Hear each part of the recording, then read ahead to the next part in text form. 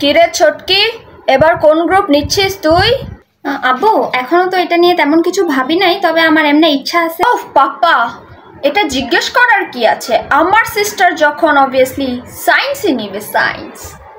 আরে না না, আমার মেয়ে এসব সায়েন্স আর্টস নিবে না, আমার মেয়ে নিবে কমার্স। আমার কাপড়ের বিজনেসটাকে আরো বড় করবে আমার মেয়ে।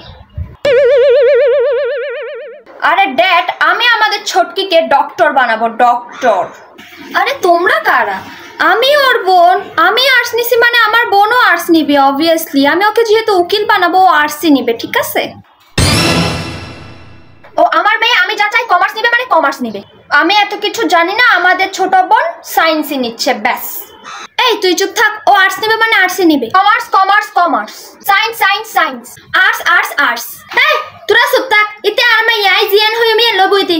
অফত এত হতা নদর দর ফুলেন গান লয় গর গান ঝাড়ু দিলে যা যা, এত কিছু নলিস।